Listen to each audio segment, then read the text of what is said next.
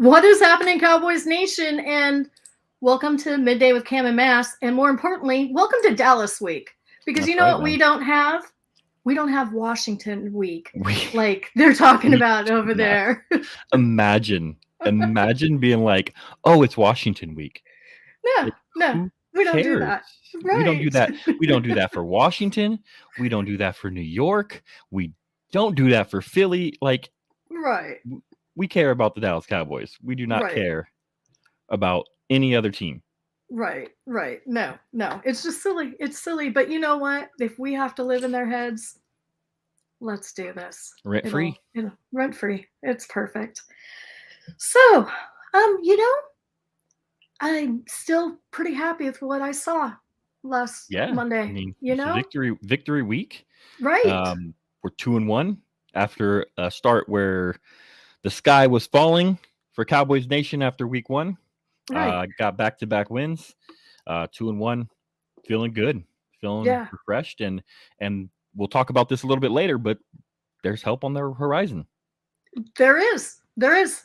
I mean, I'm just, from going how I felt at the end of the Tampa Bay game to where I am now, I would like to invite you to the Dallas Cowboys roller coaster, and please keep your hands and legs inside the vehicle at all times while the ride is in motion. Oh man, Professor O, you was spot on with that comment right there. Right. Wait, that's a need. We gotta put to that one show up that there. one up. Love it. Absolutely love that. So let's talk about the good and the of the game. So give me your thoughts on it. Yeah, there was a lot of good, especially on the defensive end. Our defensive line is just monsters out there. The Micah Parsons, even not feeling well, was still a wrecking ball. I know he didn't get a ton of pressures like he usually gets. He still got some. He didn't get any sacks. You can't get a sack every single game. Like, nobody gets a sack every single game because, it's hard to do. And so he didn't get a sack, but there were other players who stepped up. We got Right. 6 sacks, I think it was. Right. Demarcus Lawrence got 3 of them, and a lot of those were caused by Micah Parsons' pressures. Exactly. I was about to say, He I was mean, just how many pressures bowling and how over many people. quarterback hits did he actually have? Yeah, he had a good game still. Right. Tank took it to a really, really high level. He had his best game of the season so far. 3 sacks. I think he had 3 tackles for loss, like 6 pressures. Tank was on fire, even with having to miss 2 series with dinging up his foot. But it looks like Right. he's good. He's limited in practice, but it looks like he's good to go for this Sunday. Yes. So that's the good. The only bad thing that I can really say, we still got to get more consistent on offense and finishing. There's some drives where we could have put in the end zone. We kicked field goals instead. There were some missed holding calls that caused some of that, but if you want to go really bad, it's the officiating. And then the containment on Daniel Jones, early, like in the early third quarter, mid third quarter, that was pretty bad. We were really rushing. That we got in the groove of rushing and getting a lot of pressure, and they started to push us wide on our rushes, creating the Red Sea in the middle there. And he gained a lot of yards in that third quarter running. So I would say that's bad. That was the bad, and something they need to look at and clean up. Right. I agree with you on the defense completely. Also, giant shout out to Cooper Rush. He did exactly everything he needed to win that game. Shout out to Kellen Moore, and I'm going to think that Mike McCarthy was a bit in that by getting, doing things to let Cooper get the ball off in a hurry and establish that run game. I'm with you on the other side of the ball. That every time Danny Dimes started running up the middle, I was just like, what? Wait, what? No, let's not do this. And the second time it happened, I was not pleased. The penalties. We've had some dumb penalties, and they were at critical times. And I believe that one of them was even what set them up for that long Saquon Barkley run. Yep. And, you called it. I think Professor O called it. You can't let Saquon he's going to get that one big one if you let him. And sure enough, he did. It's funny because Nick's actually tweeted out. Did he tweeted out like, "Hey, we're doing good on Barkley, but we need to stay vigilant because this is what he does. He, mediocre run, bad run, mediocre run, huge run." So and it's Nick's fault. I saw it. I saw it, and then I was like, "Oh, come on, Nick, don't be tweeting out stuff like that." And like 2 seconds later, boom, huge run. And I was like, "Man, come on, Nick's jinxed us." I told Nick he jinxed us. He won't admit it, but we'll see what everybody else says. I think it was a jinx. Right. Well, and overall, the team, I mean, solid win. A bit shaky at times, I don't want them to. I don't really have. Besides those Danny Dime runs up the middle, I can't critique the defense that much in any way, shape, or form. I felt like the offense, there's times I don't know if they're letting off the gas, what's going on, but we need them to be consistent throughout the whole game and not like do their job in the first half and then just let the defense hang on it. So there's a couple times, and it was pointed out to me, and I saw it a few times in the game where we came out and we made some decent plays, but then we go run pass on 3rd and long. And if a lot of times if you're it's not always bad to go run pass, right. But unfortunately at times if you do go run pass and your run nets you like 3 yards, then you have a really hard you got a 3rd and long, 3rd and 7, and those aren't easy to complete all the time. So that happened a few times in the game. You can say, oh, we can't do that, but sometimes that's just the way the play sequence goes, and it's unfortunate. You can't score on every drive, unfortunately, but they have to get more consistent, and I think that comes with some of the reinforcements coming back that we're going to talk about a little bit later, and just more consistency as the year goes on. Right. Well, Cowboys Nation and our Midday crew, you know what, guys? We need a name. We need a name for all of you that hang with us in the Midday. So we do start brainstorming something that we're going to start calling you all. But we have something very special for you. It's been requested. Some hard work's been put into it. And I present to you Midday Mass. Yes. We are having Midday Mass today, where you guys come to me and you confess what you've done wrong. So we're going to start it off here with our guy, Steven. Oh, Stevie J. The co-host of the Midday Due Diligence show, came to me and confessed that he said that Tyler Smith would be Taco Charlton all over again. Ouch. My child, you are forgiven. Next, Hit Stick. We all seen Hit Stick come on here. He went on the show. He went on the Freestyle Friday show and went after Kellen Moore. He says that he confesses that he didn't think Kellen Moore would be able to adjust after week 1. My child, you are forgiven. L. Mac McCain said he didn't think Noah Brown was it. Didn't think Noah Brown was going to show up. Didn't think he was going to step up. My child, you are forgiven. Our guy, Dominic White, came to me with multiple confessions this week. Oh, no. Multiple confessions. He said that he didn't think Big Bo was a contributor. He said that Cooper Rush wasn't it at QB2. And he said that Tyler Biotish wouldn't be able to step up. Now, a lot of you and a lot of us have fallen for those. And we all need our forgiveness. I do. My child, you are forgiven. You are all forgiven for your terrible takes this week.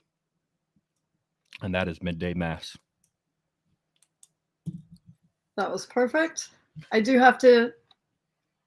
I didn't Do you get have the a same. confession? Do you have a Yeah. confession, Cam? I was so against them bringing Maher back. Like, Mm. don't do it. Why? We're going to have to kick everything past 57 yards if we think he's going to do it. And he's done pretty well. So that is a common one that I've seen. Yeah. And my child, you are forgiven. Thank you. Thank you very much. So, with that, now that we're all feeling much more free and that we can go into this weekend with an open heart, let's talk about Michael Gallup. And Michael Gallup not on the field yet. And the comments that he's made about mentally not being ready. And honestly, I feel for me that I would think it would be much better for him to get on the field this week against the Commanders than to face that secondary against the Rams the following week.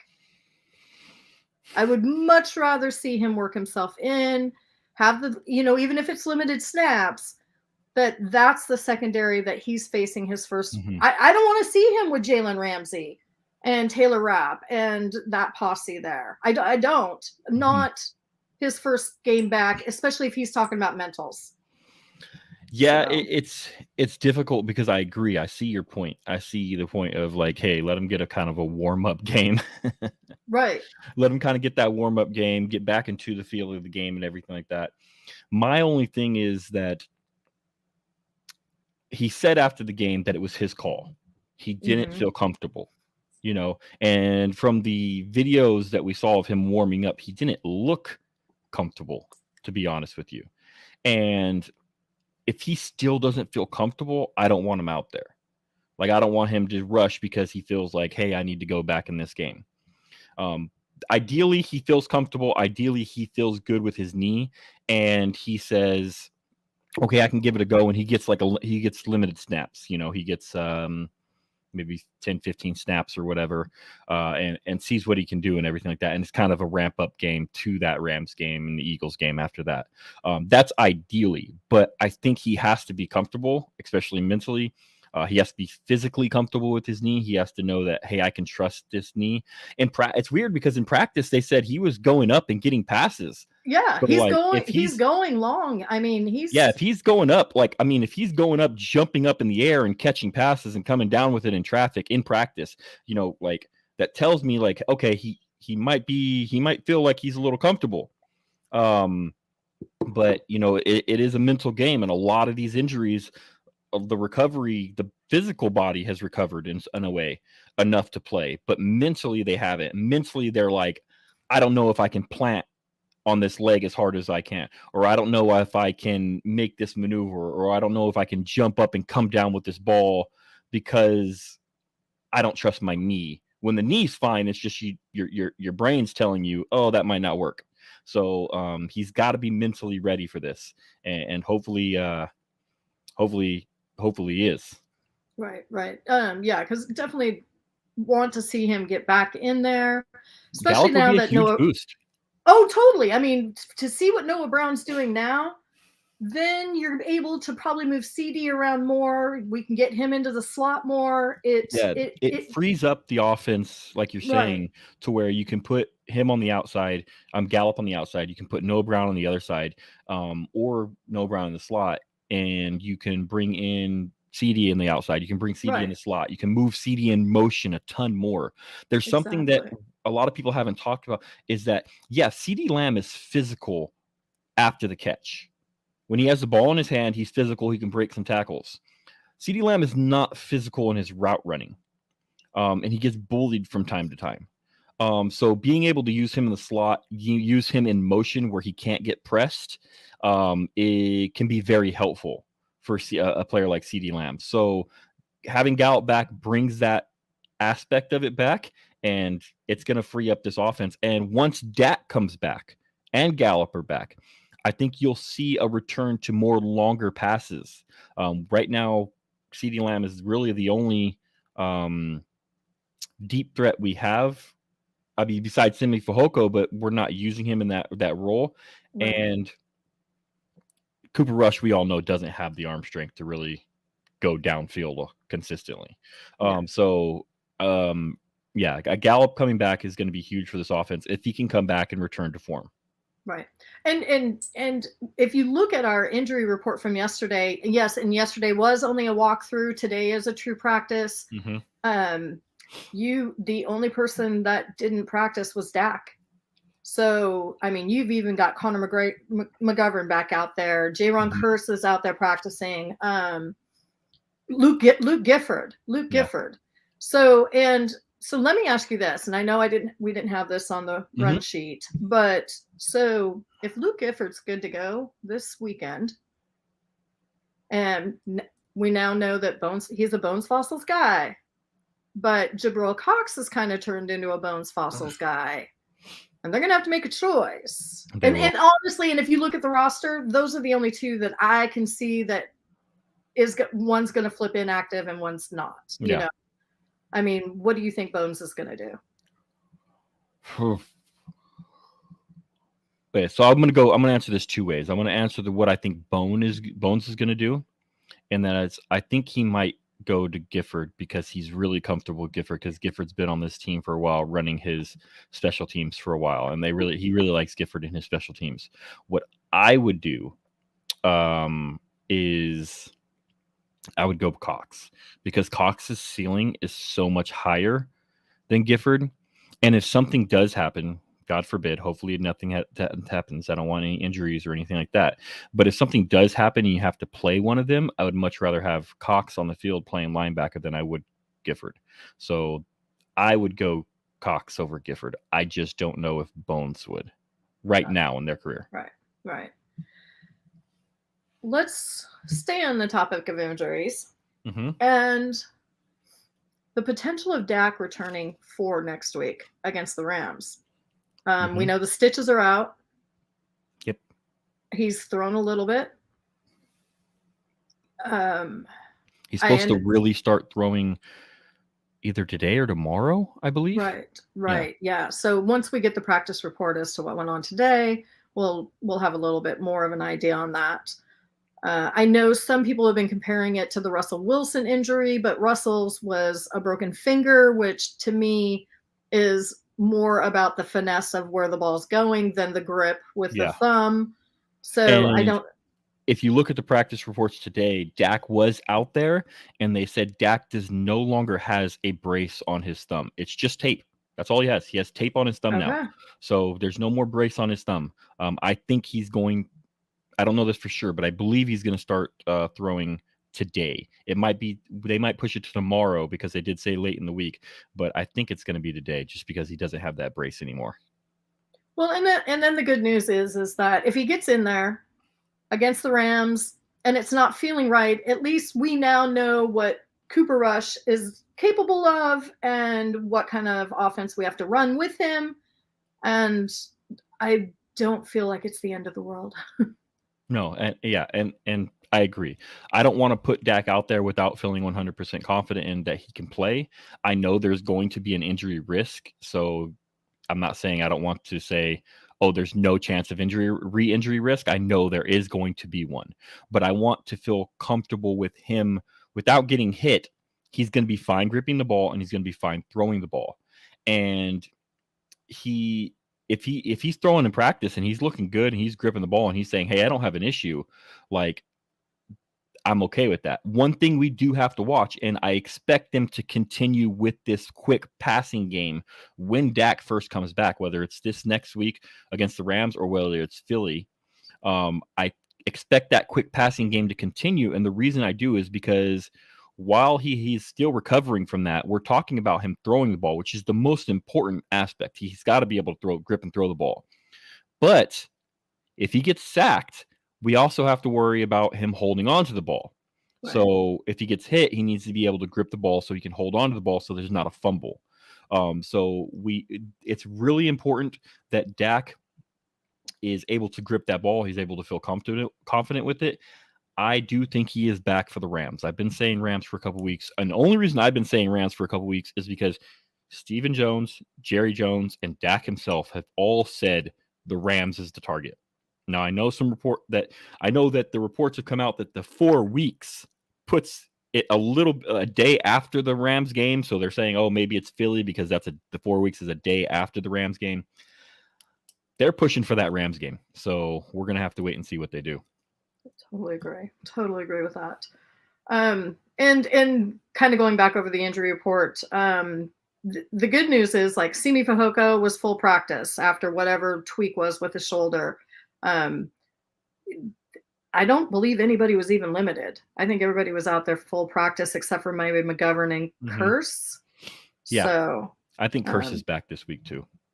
And that'd be fantastic. Not that Donovan Wilson and that crew and Hooker and all them have not stepped up and done well, but I think Curse being on the field also lightens up some of that work and pressure for the linebackers also. And he's just a really good player. So like you want your best players on the field. He's one of the best players. So I love that he wants to play. He's ready to play. He tweeted out some little devil emoji things. I think that's what they are, devil emojis. But I think he's ready to go. He is a vocal and emotional leader of that defense. He's one of the leaders. So I absolutely love that he's ready to go, and I want to see him paired again with. I said this. I think now I'm convinced that we have the best safety core in the league. If you add all 3 of them, you get Malik Hooker, you get Jaron Curse, and you have Donovan Wilson. And then you look deep because Amukamara and Bell, like that's really deep. And I think they're the best safety core in the league. I really do. Yeah. As far as all the way across the board, all 3 of them, I completely agree with that. Yeah. So now let's talk about one of yours and my favorite things. Oh man, this is so great. Mass and I love ourselves some blocking tight ends. Yes. And we have that tandem now, that little rookie tandem going. I shouldn't say little, but big rookie tandem going on right now. And after what we saw on the field this week, do you feel? Sorry, I was looking at the chat and that's my bad. Yeah. Akwamu, yeah. Do you feel that having these two and they've shown that they can block? I mean, Hendershot, he was standing up Thibodeau and moving him like it was nothing. And here I'm thinking, here's one of these top guys in the draft. Hendershot's undrafted. Holy crap! When I saw them line up, and then he just went and was moving that man backwards. Yeah. Do you feel that this run game is different and that Kellen Moore is able to make different plays because of the blocking ability of Ferguson and Hendershot? 100%. And I love it. Professor, that's his new nickname. The safety formerly known as Izzy. It's Izzy. That's the nickname. What is it? For your question, yes, 100%. Having blocking safeties is incredibly important for the run game. I'm say safeties, say I'm messing up already. Blocking tight ends is incredibly important. You have Izzy on the brain. I know I got Izzy on the brain right now.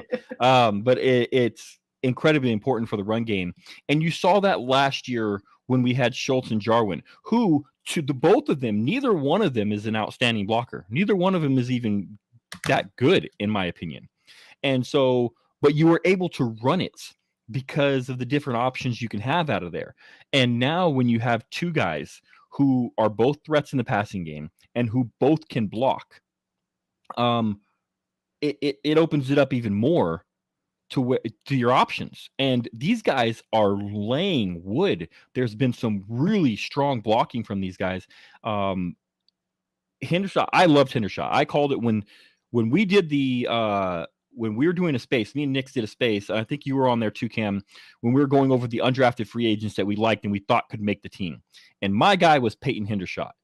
And I was one of the only, not everybody's in there. And I know there's a big Hendershot hive out there too now, but I was huge on him. And it was mostly because of his ability to stretch the field. He was very Jarwin-esque. But this guy has exceeded even my expectations of his blocking ability. And Hendershot blocked Kayvon Thibodeau one-on-one. Right. Like, one-on-one. He blocked him and totally erased him from the play.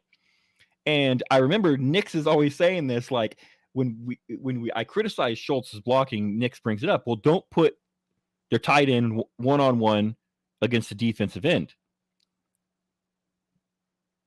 Well, if your tight end can block, if your tight end can block, you can do that from time to time. Now, I wouldn't suggest doing that all game, but every now and then you can do that. Right. And Hendershot and Ferguson are able to provide you that ability, and in the run game, and they can also go out and they can catch passes, as they both showed. They weren't used as much in the passing game as Schultz is usually, but they were still featured, shown in it a little bit as a threat, especially Hendershot. So I am actually absolutely thrilled with our rookie tight ends and their ability to completely transform this offense. And they're going to help this offense moving forward. And as they continue to grow, I said this before, they are what we were hoping Jarwin and Schultz were going to be. I was about to say that. Sorry for stealing your thunder. Right. No. But we're on the same brain. Yeah, they're what we thought they were going to be. Right. And, let Schultz, if you weren't on the train to let Schultz walk before, I don't know how you're not on it now, because I don't know why I don't know how you can defend paying Schultz $15 million a year when you have these two young tight ends right behind him. That injury and Schultz not being on the field had got to been like the writing on the wall for him. That enjoy this franchise tag because somebody else is going to pay you next year, and enjoy it. And that one of the plays I saw that I absolutely loved was Ferguson coming out and clearing the edge. And I think it might have been a Pollard run, and just things that I have wished for and hoped for and have not seen. And now we have two of them. And you see like Ferguson, where he's blocking an end, he's helping block an end, and then he's moving up a level and getting the linebacker. Mm-hmm. And he's doing a second level block, which you don't see a lot from Schultz. Right. And you never saw really from Jarwin. So it just opens this offense, and it gives Kellen Moore so many more options. And that's been a big defense of mine of Kellen Moore. And I know people on here don't like Kellen Moore. I know people hate Kellen Moore and everything like that. But he's been so limited in a lot of the stuff he's been able to call because the personnel and because of what some of these players are not able to do. And this gives him those options to be able to do these things that make our offense at the best. They're having some fun in the chat about Hendershot. Yeah. And I have to say that I'm going to be a little sad because when Schultz does take the field, we're going to see less of Hendershot. And I don't like that. I don't like it at all. I was actually surprised because early in the game, Hendershot was getting a lot more snaps than Ferguson was. And he was in on a lot of the blocking plays. And I was like, okay, this is, where's Ferguson? Did he get injured? But then Ferguson came back in and he started playing more. And it looked like they were just doing some kind of rotation when they weren't in two tight end sets. But, they both played great. And, I couldn't be happier with our tight end situation. Call me crazy, but I've crossed tight end off the draft list for next year. Yeah, the needs. There's We no don't need reason to. for it. I mean, unless somebody falls to us, it's just crazy, or we're just like, hey, this guy has great traits in the 6th round, then there's no need for me to draft the tight end at all. Oh, TC. I don't think we need to go that far. Are you blocked yet, TC, on Twitter? Are you blocked yet? I probably should check because I've been fairly vocal. I haven't checked in a little while, yeah. Well, and I don't know if I put it out in any tweets, so he'd be able to find it. And I don't know if he tunes into the midday shows. So I'm probably safe that I haven't been blocked yet, but I've said enough this week that he probably should block me. I tell you. Let's start talking about Dallas week and playing the Commanders. Let's start. Okay, so my overall thoughts on this is that offensive line of theirs. It's bad. It's bad. It's bad. And it's rough. And just to tell you how rough it is, the Dallas Cowboys currently lead the league in sacks with 13 sacks through 3 games. The Philadelphia Eagles are currently in 2nd place with 12 sacks in 3 games. The Philadelphia Eagles got 9 of their 12 sacks last week against the Commanders.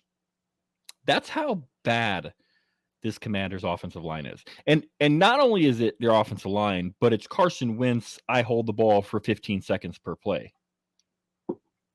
Sorry. They're having a good time. It's a good Thursday. Yeah, this chat is going off right now. I love it. Yeah. Yeah, I'm not and this offensive line, I mean, and even if they were giving Carson Wentz time, Carson Wentz's decision making just looks horrible anymore. Yeah, it's awful. It's bad. I feel awful for Terry McLaurin. He's a talented. He's talented. That's what I'm saying. He is a talented player that is just getting absolutely wasted there in Washington. Yeah, and I love it. I mean, more than happy for him to go and play somewhere else and have a great career. Right. But as long as he's in Washington, another team, yeah. As long as he's in Washington, right. No, right. I'm good. I honestly, I'm looking down there. Okay, you got to put up that. I'm sorry, but you got to put up that comment from Professor O. That is insane. Wentz has thrown for a whopping 83 yards in the first half of the last 2 games combined. 83 combined. That's combined. That's wild in the first half. Yeah. It's whooping too. It's whooping now, Professor and whopping. It's whooping and whopping. He has thrown for a whooping 83 yards. Yeah. It's the way and here's one of these things is I absolutely do not want this to be a trap game. I don't want them to feel comfortable. Mm-hmm. They need to go out there and play the ball that they've been playing the last 2 weeks and not take into consideration what a beatdown they can actually give this offensive line and this offense. On the defensive side of the ball, they do have 2 dogs in the middle of that defensive line. And Farniak John Ridgeway and Biadish are going to quit it. Jesus. I'm sorry, I had to. I know. That was for Professor O.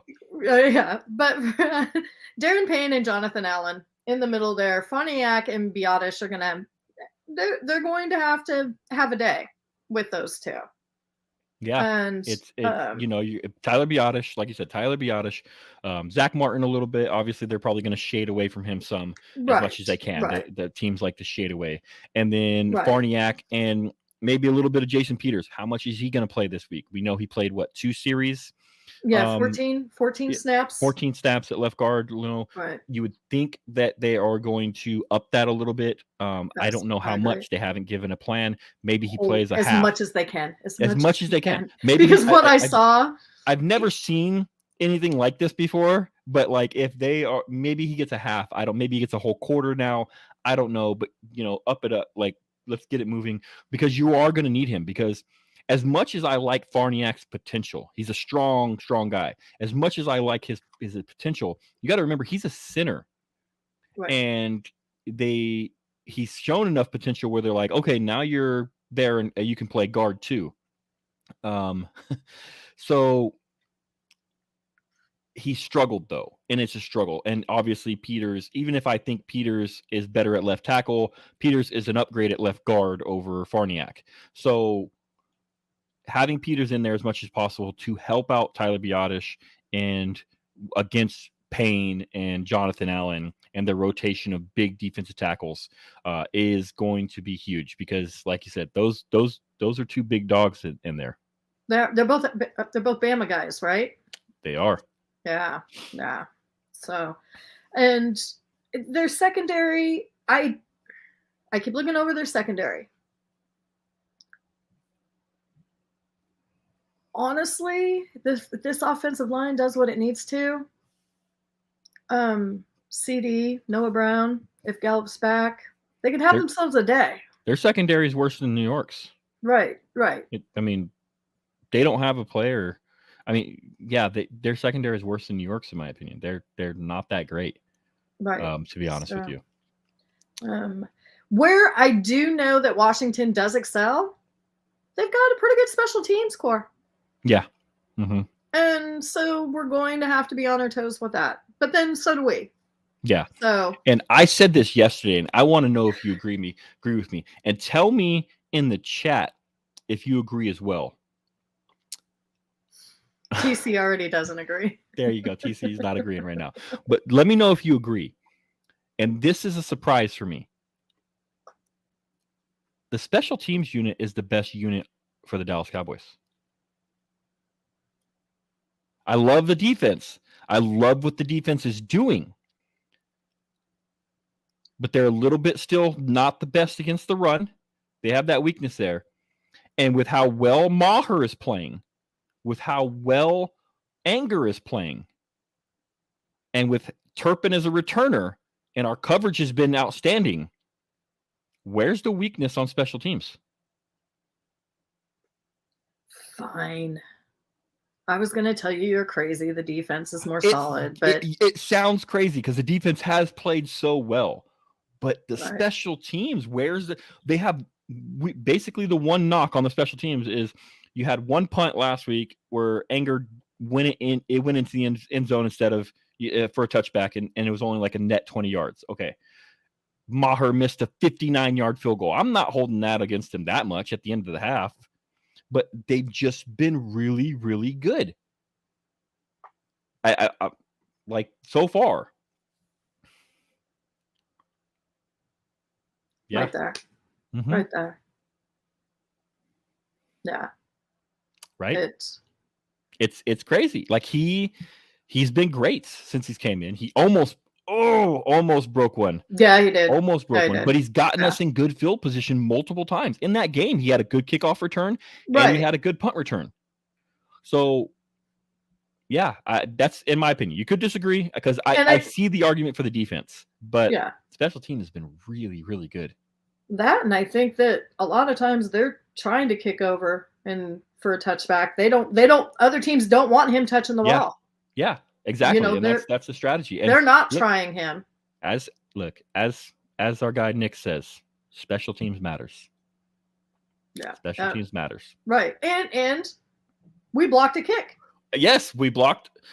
Professor O called a block punt last week. He almost had it. They blocked the kick. Right. He's saying they're going to block a punt soon. I think I agree with him. But blocking a kick, that's another thing. Another hat, another Armstrong little sticker on the helmet for the special teams. Absolutely. Right. And I know that Randy Gregory is doing his thing there in Denver. But we have to admit, we aren't feeling the sting. Everybody thought it was the end of the world. Oh no, Randy's gone. What are we ever going to do? Well, look, Mr. Dorrance Armstrong and Mr. Fowler and that crew. Yeah, I think that Randy Gregory is the better player of all of them, but you can't disregard the argument of what you're getting for the price Right. of all of them for the price of Randy Gregory. And the fact that Fowler's playing well, the fact that Dorrance Armstrong is, producing just as much as Randy Gregory is. And I get it. Randy Gregory is basically over in Denver, and he's the guy. He's the main guy, really, in Denver. I mean, I know they have Bradley Chubb, too, but they don't have this defensive line, and that helps Armstrong. That helps Right. Armstrong a lot when you have a guy like Tank and you have a guy like Parsons taking up so much attention. But he's producing. He's playing really, really well. Right, right. Yeah, and that's one thing that I've shouted forever is that, I mean, our linebackers, if you have that solid in the interior line, and big O shout out to Big Bo and Osa this last game. Oh, Osa's balling. So is Bo. The other players around him, they're able to do their job more, it makes life easier for everybody. It does. It really does. And, they've been outstanding. I can't say enough about this defense, this defensive line, the secondary. The linebackers have played well enough. I mean, I'm not saying that the linebackers are all pros. Like, obviously, they're not bad. But, right. When you have a defensive line as good as we have and you have a secondary as good as we have, there has to be a unit that's the worst, and it's, the linebackers. So, yeah. Armstrong had a really good game. They only credited him with 1 sack, though. Really? I thought he had 2 sacks as well, but when I went back, maybe it's he saying that the one got called back because of penalty, and maybe that's what I'm saying. Okay. But okay. I thought he had 2 sacks as well. But when I looked at the stats, he only had 1. So it kind of surprised me. I'll have to go back and check, and maybe it was called back by penalty, and I just didn't notice it. But yeah, Armstrong's playing really, really well. Really well. Very, very well. Give me your let's talk about some wild things you expect to see for this game. Give me some out there predictions. Okay. I'm going to say that CeeDee Lamb, because y'all can keep your CeeDee Lamb hate. CeeDee Lamb is going to have 150 yards and 2 touchdowns. I love that. Going to go off. I love that. Y'all can keep your CeeDee Lamb hate. I'm done. Lock it up. I'm done with the CD hate. I'm over it. And like I said on the show on Tuesday, for those of you talking about Noah Brown as wide receiver 1, let's quit that now. I know. I love Noah Brown. I'm a huge Noah Brown fan, but he's not wide receiver 1. I get the joke. Ha. But no. Yeah. He doesn't have that skill set, that one-handed catch in the end zone. He's not doing that laid out catch against the Vikings last season. He's not doing that. Let's quit it, kids. Let's just be happy that Noah Brown has stepped up where he is. Yep. And let's give a little that should have been included in the midday mass that CD has been forgiven. Right? Nobody wanted to confess to that one. And then he redeemed himself. So, I mean, and be glad when Noah Brown is reduced to the wide receiver 3 role when Gallup comes back, because now you have a quality player in Noah Brown as your wide receiver 3, and you can feel really a lot more comfortable about your wide receiver core. You really can. So that's my wild thing. CeeDee Lamb is going to go off. Right. Mine was going to be sacks, but that's kind of not really a wild prediction this week, is it? No, that's it would be wild if you said a low amount of sacks. Right. Oh, TC's stealing mine. Oh yeah. Mine is Tony Pollard going off. And, because, I mean, they're already talking that they want the running backs to have 30 touches this game, da-da-da-da-da. But I feel like Tony Pollard is the back that's going to have the explosiveness and find those open holes that I was going to say he's going to have a 100-yard game. Okay, so let me ask you this question. Give me your prediction on the combined rushing yards of Tony Pollard and Zeke and their rushing touchdowns. I'm going to go with 3 rushing touchdowns. Ooh. So 3 of them. And especially, yeah. We're going to go 3 rushing touchdowns. Combined total between the two, 195. Ooh. We're You're just going gonna out there. run it right We're down just their going in throat. there. There you go. Yeah. A lot of predictions coming in from the chat. Professor O, he said that Malik Hooker has a pick. He almost got one last week. Oh, I A love tip that one. ball, I a love tip that ball, and he one. dove and almost got that one. Stephen White, are you saying LVE? I think he's saying LVE. I saw Okay. that. Yep, LVE. Gregory, Pick 6. pick 6. Okay, Gregory saying Diggs will get 2 picks. I like that. Hey, So we're getting a lot we of like that. predictions in the chat, and I love you guys' participation and involvement with the show. Thank you so much. I know. I said you did. Diggs gets 2 picks. Oh, what? like Okay. that. So you're a little low on the yards, TC. Just so And you know. touchdowns, because you had 3 touchdowns. Yeah. So, sorry. My dogs are going off, guys. The FedEx guy must be there, right? It's probably it. And I don't have my clicker to shut them up. So, fun times. It's all good. It's all good. Oh, maybe not. I think they're killing somebody. Hey, guys. Almost. Perfect. So, it is it is. It's either Amazon or FedEx. Somebody was here. Okay. Delivering the goods. Those Huskies barking. It is. Go dogs. All right. Well, we've got a couple more minutes here. We kind of got through our call sheet before we're giving our final scores. Anything that is on your mind? Anybody in the chat got any questions for us? We'll open this up to question time here. If you got some questions you want answered in the chat, I like that, TC. Tank, Micah, and Dorrance each get 2 sacks. Fowler gets 1, and Barr gets another. That's quite a bit of sacks right there. There is, but that's quite a bit of sacks. That's kind of on the lines of what that is. I mean, they gave up 9. That's 8. They gave up 9 last week. Right. So right. I mean, it is possible that they could do that. I would love that. All right, what else we got? Anybody got any questions for us? Bell and Bland. Are they going to play? Do you think they get any action? No. Not even if there's a blowout? Oh, yeah. In that case, yeah. If there's a blowout, yes. We'll see Bell and Bland, Izzy more even than we have been. Yeah, I did Bland get any snaps last week, because Diggs went out for a series. Oh no, Joseph came in and got that penalty. That's right. Hold on, I've got the snap. Joseph, I think it is Joseph. Joseph came in and got that face mask penalty. Yeah, that was a stupid play. Yeah. Okay, Professor O. It says Washington is allowing 27 points per game. Is this the game Dallas scores 30 plus points? Cam, I know you had a prediction. You had a big prediction. I do. We'll get with the total prediction. Just answer the question if they score more than 30 points in this game. Yes, they do.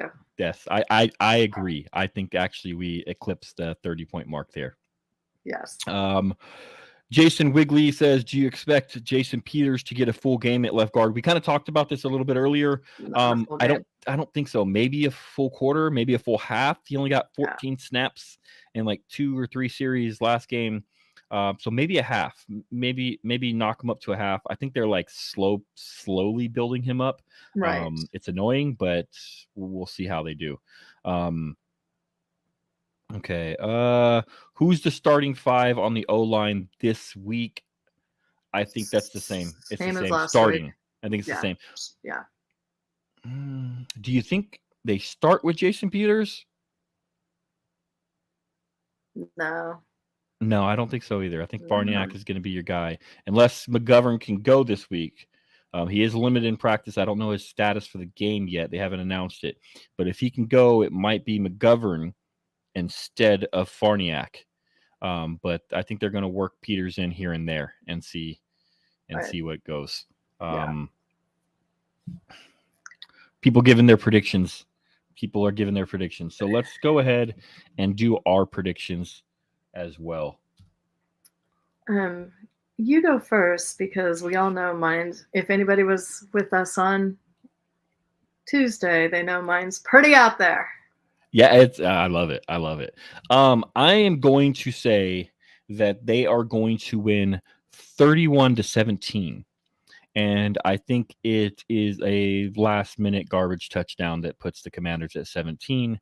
I think the Cowboys are going to really control this game pretty well. The Commanders will score that last touchdown and make it 17. So 31-17 is my final prediction score. Perfect. And this is a gut feeling. This is not me overlooking what some of Washington's defense is or their special teams by any means. Gut feeling, seeing the way that Carson Wentz has been playing, the way our defense has been playing, I am counting some defensive touchdowns in this score. Okay. But I may even go and bet a little money on this one. 42-6. We're blowing them out. If you're not in the area and this is a televised show, you better go find a link to watch the rest of it because they're going to switch it over. They're going to switch it over to another game because we're going to blow them out of the water. 42. We're going 40 burger. 6. We're going to see a 40 burger with Cooper Clutch. We're going to see it. A 40. She did call 3 rushing touchdowns. Yeah. Called 3 rushing touchdowns. I'm some defensive touchdowns. That is, we're going I would love it. Yeah, I would love it. That would be a defensive touchdown, 3 rushing. Let's throw in, that reminds me of the game, the second game against them last year. I don't remember, it was like 50 something or something like that. Mm-hmm. But yeah, that would be beautiful. I absolutely love it. And then shut some Commander fans up who were saying that they were going to be really good this year. I know some other people that predicted them to be really good. I didn't see it. I don't think Carson Wentz is that good. That's just my opinion. But 42-6, I like it. That's a great prediction right there. Yeah, and I hope it comes true. It's gut feeling. I honestly, and I don't usually go this far out on a limb, but if you look at these last 2 games, the film on them on the last 2 games, it's not great. And honestly, if you look at that and then you look at the Cowboys films, and I know that people were criticizing them, saying, "Look at, they only scored 2 touchdowns. They're not scoring as much. There were a couple drives where we should have scored touchdowns that we had to settle for field goals because not the fault of the Cowboys. You had that one blatant holding where Noah Brown got tackled in the end zone. That would have put the 1st and 10 on the ball on the 1. Cowboys most likely score there. To end the game, we're driving into their territory. We're just outside of field goal range, and Noah Brown gets mugged by 2 people. By 2 of them. He gets his wallet stolen, his purse stolen, his chain snatched, everything. Right. He was there after that play, and no flag on a 3rd down call. Both of them were on 3rd downs. So, the offense can get going if they get out of their own way. They don't shoot themselves in the foot sometimes with some of these penalties. Tyler Smith clean up those penalties. But this offense can do it. And then I can see a high scoring game from this offense especially against this Washington defense, because they don't scare me at all. I said the Giants didn't scare me last week. They didn't. Washington scares me even less. Right. I totally agree. Yep.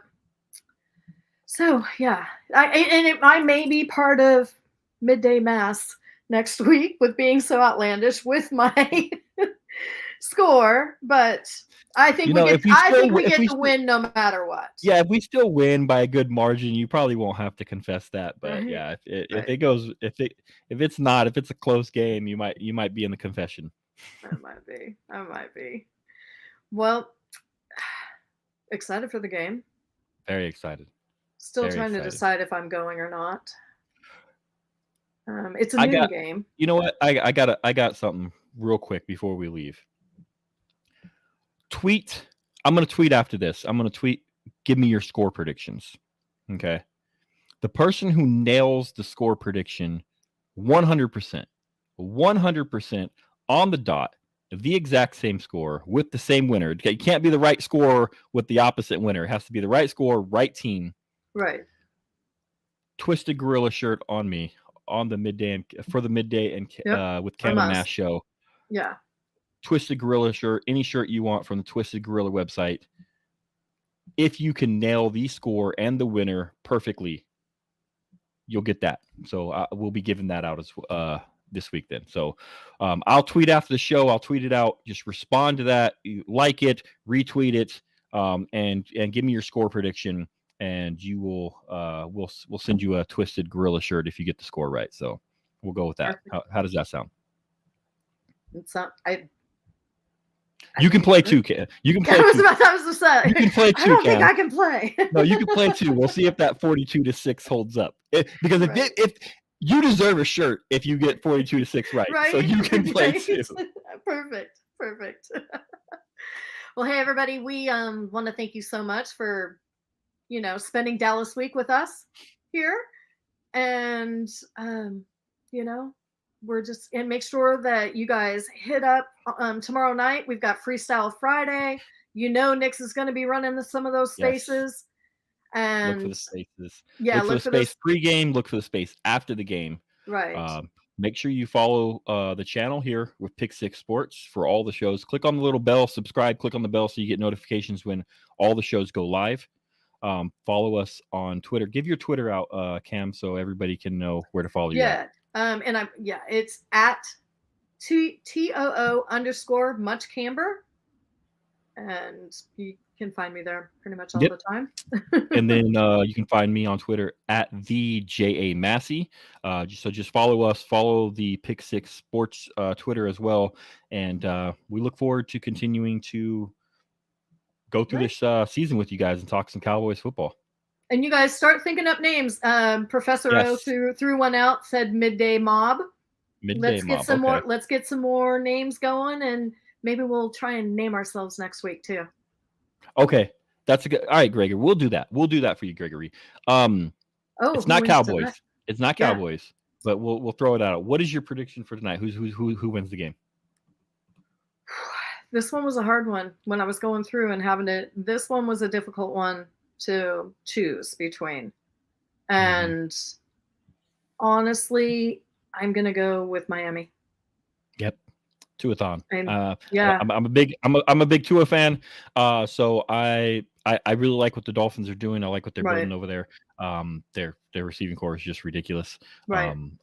Cedric Wilson barely even plays over there. Please send him back. I would love to have him back. Right. If you're not going to use him and love him, we will. I'm going Miami. Their defense is solid. Their offense is really good.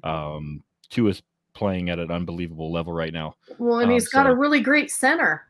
He does. His center is playing really good. You guys might remember him by the name of Connor Williams. That we tried a little bit at center, and he couldn't snap for us. It's weird. I don't know, but yeah. Who's the offensive line coach? I'll just shut up now. The former Dolphins head coach. Yeah.